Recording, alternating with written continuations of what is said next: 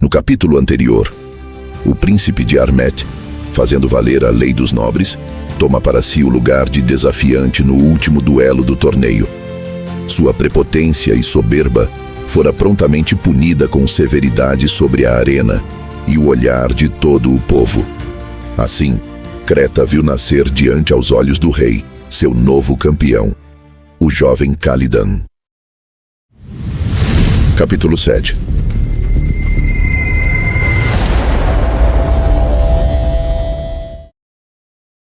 Dei 2 passos em direção ao príncipe de Armet, que estirado ao chão apenas respirava ofegante olhando para o céu, com sua antes bela face agora completamente retorcida, avermelhada pelo sangue. Meus dentes cerraram de ódio, coloquei o fio de Halfindel sobre seu pescoço, e vi o reflexo esverdeado da lâmina iluminar parte daquele rosto quebrado. Então olhei para a multidão em volta silenciada, e ninguém além de Gulak, que gritava como um animal enraivecido. Gritava para que eu matasse Hailfret.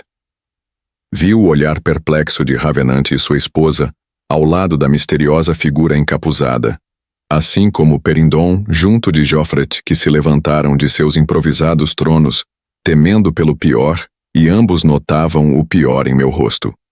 Eu mal podia me controlar, tamanho era o meu ódio por Hailfret. Ergui Halfindel para o golpe final e então os deuses zombaram de todos. Não! Gritou Jofret o velho para mim. O rei de Armet desceu de forma atabalhoada à plataforma onde se encontravam os convidados de Perindon e correu arrastando sua capa real sobre a lama da arena. Fiquei ali com a lâmina estendida sobre o alto de minha cabeça, pronto para descê-la e assim decretar a sentença daquele maldito prepotente. Jofret se debruçou sobre o corpo do filho, abraçando-o. É meu único filho, por isso eu lhe peço que o livre da morte e que releve seu insulto. Eu lhe suplico, senhor, que poupe sua vida, lhe darei todo o ouro que eu tiver pelo perdão a meu filho. Fora inquietante um homem por volta de seus 60 ou 70 anos de idade dirigir-se a mim como seu senhor. Mas isso mostrava nitidamente seu clamor pela vida do filho. Clamor esse que logo ganhara um reforço. Calidan, você é um campeão agora. Não é um assassino. Abaixe essa espada. Foi dessa forma que o esperto Perindon, vendo a oportunidade de terminar logo com toda aquela situação, ordenou diante do povo presente. Que os deuses saúdem o campeão do torneio. Hoje à noite darei a maior festa já vista dentro dessas muralhas e as portas do castelo estarão abertas a todos vocês, filhos de Creta. Salve Calidan, nosso novo campeão.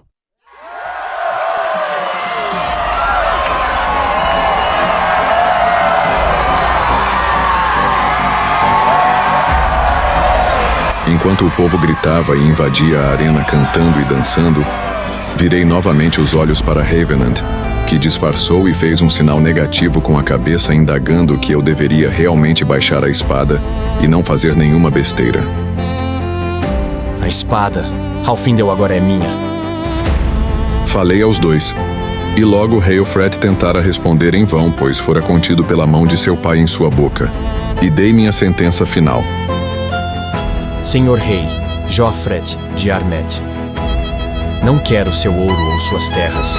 Não quero nada que não seja meu por direito, e tendo poupado a vida de seu filho. O mesmo me deveria ela até salvar a minha, ou até que eu o libertasse de tal compromisso. Porém, como não vi honra nos atos de seu filho, não quero o juramento imundo do mesmo, nem sua devoção falsa.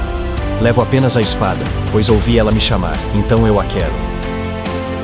Vi a raiva falar por si através dos olhos ferozes de Hailfret deitado ao colo de seu pai, enquanto me encarava, e também tive o consentimento sem escolha do velho Jofret. Eu levava comigo Halfindel, que fora até hoje o símbolo do orgulho de Armet. De súbito fui surpreendido. Alguém agarrou minhas pernas pelas minhas costas e me ergueu no ar ao som de uma gargalhada rouca e poderosa. Era Gulak, o bárbaro benodiano que me carregava como um saco de batatas em seu ombro. Você é um filhote de touro manco mesmo, garoto? Calidan, é isso, não é? Logo eu estava em meio aos homens de Benodion que comemoravam minha vitória como se fosse a deles. Kulak me agradeceu pela vitória e me convidou para o próximo torneio em Benodium, sua terra natal, no ano seguinte. Cumprimentei a todos e me retirei. Eu estava desesperado por um bom banho e corri para casa. Ao chegar, encontrei o Sr. Gotterwood no portão. Me aproximei sorrindo e fui recebido com um abraço. E as lágrimas de alegria nos olhos daquele que aprendi a amar como um verdadeiro pai. Nem todo ouro, glória ou terras que juntei em minha vida seriam capazes de ter valor maior. Muito bom, filho. Muito bom. Nós vencemos, pai. Mas você sabe que agora uma nova vida começa para você. Não sabe, Calidan. Sabe que agora carregará consigo o ódio de um homem, de uma família poderosa, e deverá estar preparado para o que possa vir pela frente. Sua mãe e eu estaremos aqui sempre que você precisar. Porém, não sei se isso vale de muita coisa. Afinal, estamos cada vez mais velhos, não? Assim, disse-me um cansado Gotterwood, e prossegui. Não se preocupe, pai. Eu não lhe dei mais do que ele mesmo buscou. O que começa errado termina errado, e foi ele quem buscou a desonra. Uma vez o Senhor me ensinou que um homem deve fazer aquilo que seu coração mandar, rumo ao que parece certo, sendo assim segui suas palavras. Mas não falemos mais deste fato. Vamos falar de sua cela nova. Quero deixar o Senhor encarregado pelos prêmios, pai. A cela é para o Senhor. As moedas vou juntar com minhas economias e comprar uma armadura. Talvez dê para uma cota de malha simples, mas já é alguma coisa, não? Também quero comprar um presente para a mãe, e outro para Lila. Pai, eu prometi as terras para Bane de Lotgor, pois nós já temos uma boa terra e não precisamos de mais. Porém Bane vive solitário, não possui esposa e filhos, pelo menos reconhecidos. E há muito se afastou das batalhas vivendo da criação de bichos para o abate e do arado da terra. Então Gotterwood sorriu assentindo. É justo, filho. Vou cuidar de tudo. Pode deixar comigo. Agora vá tomar um banho. Está parecendo uma criatura de lama. O rei lhe espera para a festa. Crianças corriam felizes pela cidade.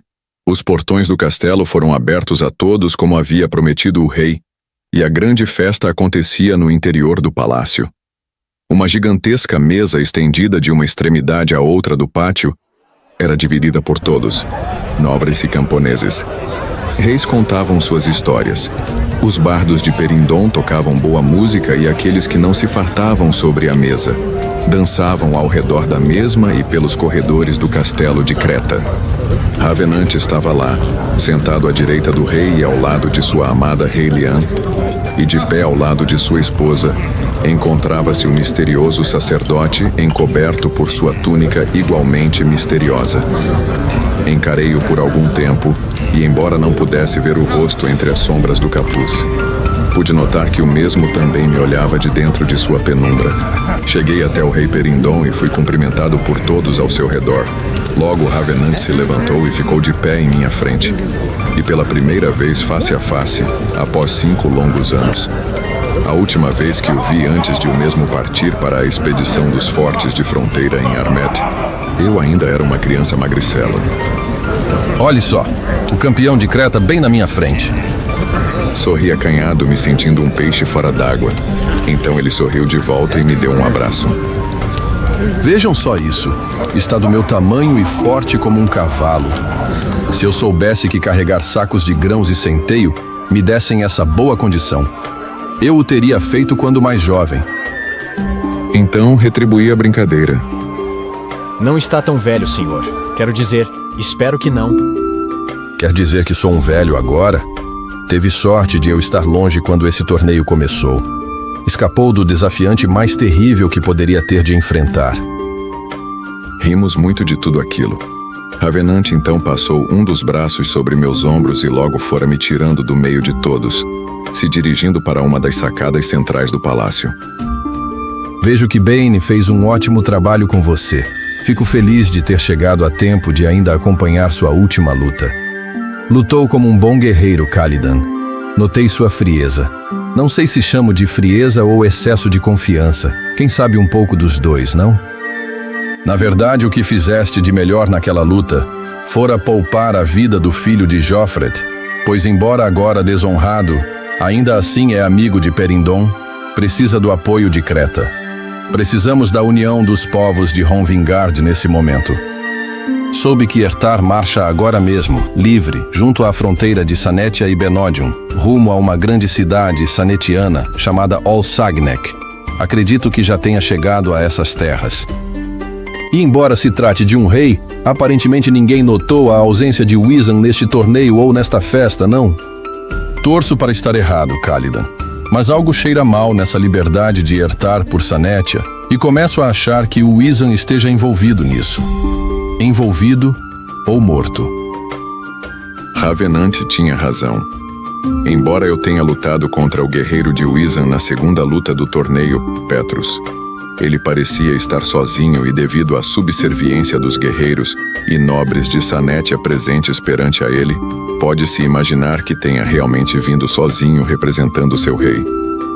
Assim prossegui com a conversa. A essa altura, a comitiva de Sanetia já deve estar a 1 dia e meio de viagem daqui, como deve ter ficado sabendo. Minha segunda luta dias atrás fora contra o campeão de Wisan, Petrus, que acabou muito ferido, e logo ao término da luta, partiu de volta às suas terras junto de seus homens devido à sua condição. Realmente em nenhum momento notei a presença do rei Wisan, mas voltando a Ertar, o que ele ganharia tomando essa tal Olsagnek, senhor? Calidan, eu estive presente em todas as batalhas na guerra pela reconquista dos fortes de fronteiras perdidos por Hailfret, em Armet, e o que vi lá foi algo aterrador. Ertar usa seus homens unidos a criaturas malignas, ao qual você já deve ter se deparado quando criança. Quando fugiu para cá? Belgarts.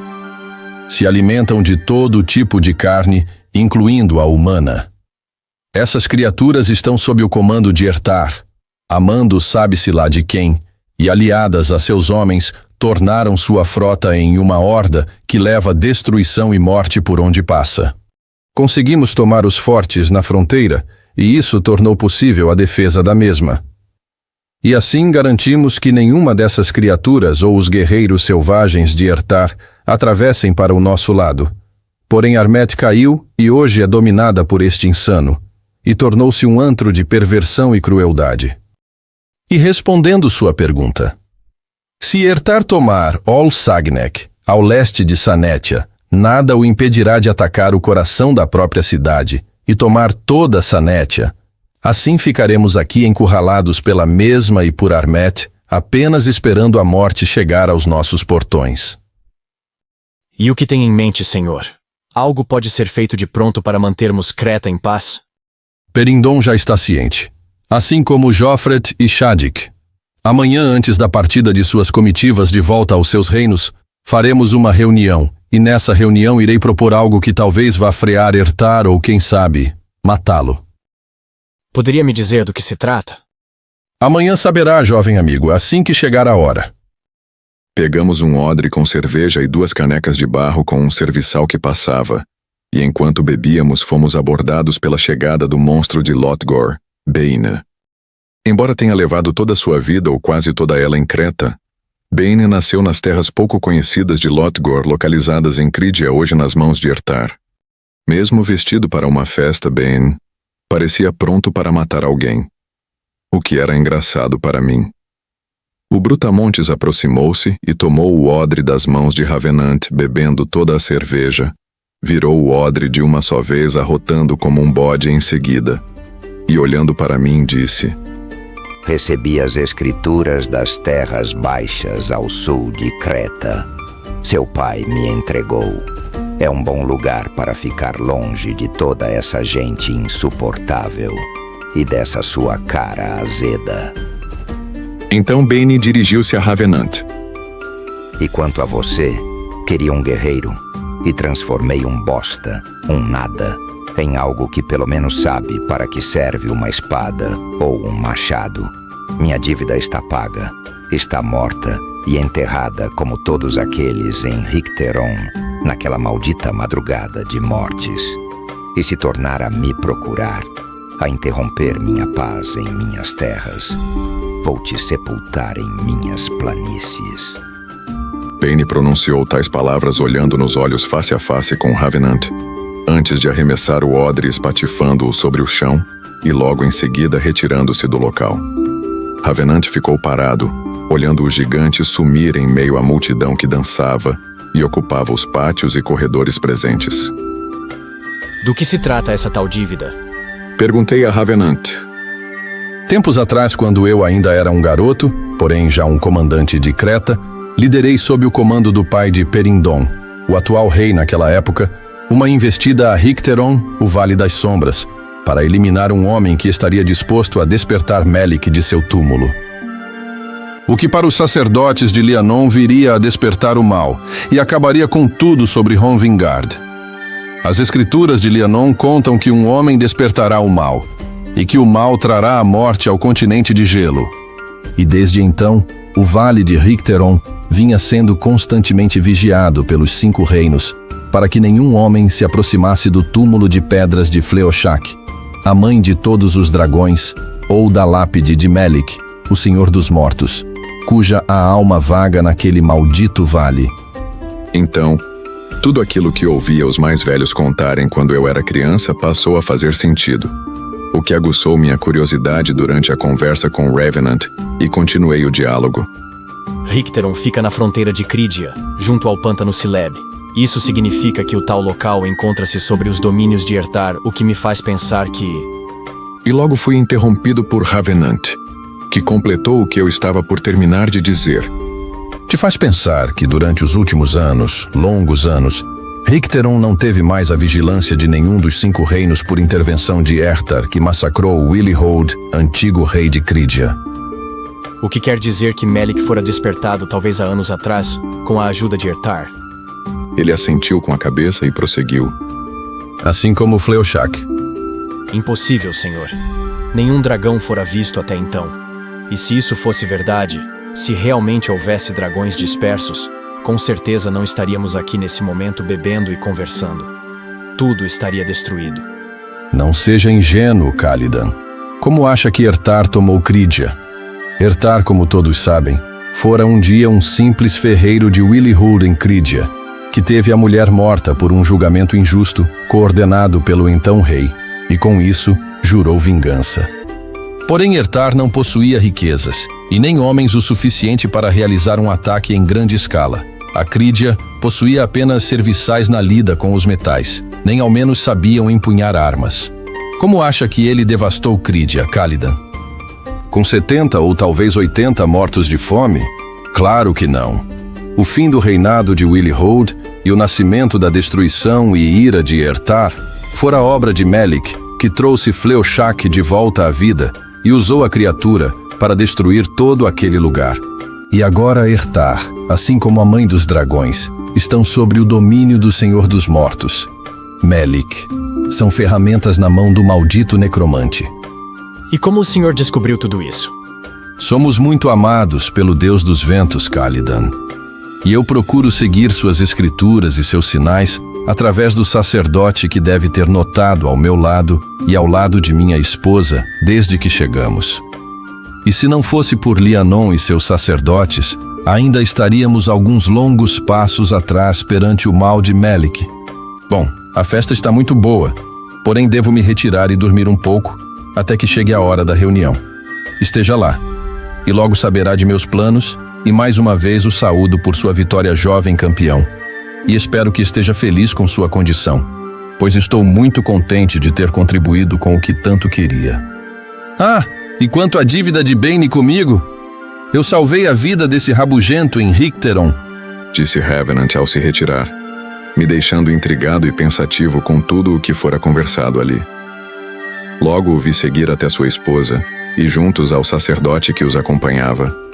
Despediu-se de todos os presentes à mesa, e recolheram-se a seus aposentos. A noite ainda renderia, e assim fui caminhar pelos belos corredores calçados de pedras brancas como o leite, e de altas paredes repletas de armas, estandartes, escudos e alguns quadros com pinturas trazendo a linhagem do rei de Creta. Os homens de Benodium se divertiam correndo atrás das serviçais de Perindon, que não se encontrava presente naquele momento. Gula, que estava tentando agarrar uma garota que fugia rindo do gigante, e eu parei para assistir aquela cena engraçada. Seus companheiros gargalhavam e ambos bateram. Jogaram comida e cerveja no abrutalhado guerreiro que voltava rindo e de mãos vazias após fracassar com a captura. Se não consegue pegar uma garota correndo, acho que nunca terá filhos. Vejam só se não é o Frangote, o galinho vencedor do torneio. Venha cá, garoto. Junte-se a homens de verdade. Assim o bárbaro caminhou até mim e passou um dos braços sobre meus ombros. Junte-se a nós, Cálida. Venha beber. Você já ouviu falar sobre a águia gigante que eu matei em uma de minhas caçadas no leste de Benodium? E então as gargalhadas aumentaram, e alguns dos bárbaros benodianos se escoraram uns nos outros, se contorcendo em risos, e um deles encontrou forças para provocar o bravo caçador. Águia gigante. Se Erengad ouvir isso onde quer que esteja, sentará com sua bunda titânica em nossas cabeças, vai nos punir por não te dar uma surra por cagar pela boca. Aquilo não era uma águia, e muito menos gigante. Era, na verdade, um teurim de peito branco, pouca coisa menor que uma galinha doente. E assim começou a troca de empurrões naquela noite divertida. Continuei minha caminhada pelos corredores, me retirando daquela reunião de bêbados, quando a primeira garrafada se deu sobre uma cabeça benodiana, e não demorou para que a pancadaria entre os homens do norte começasse.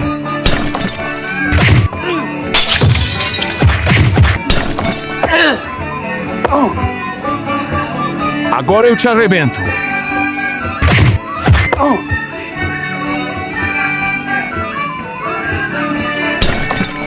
Haha! Toma que tem mais!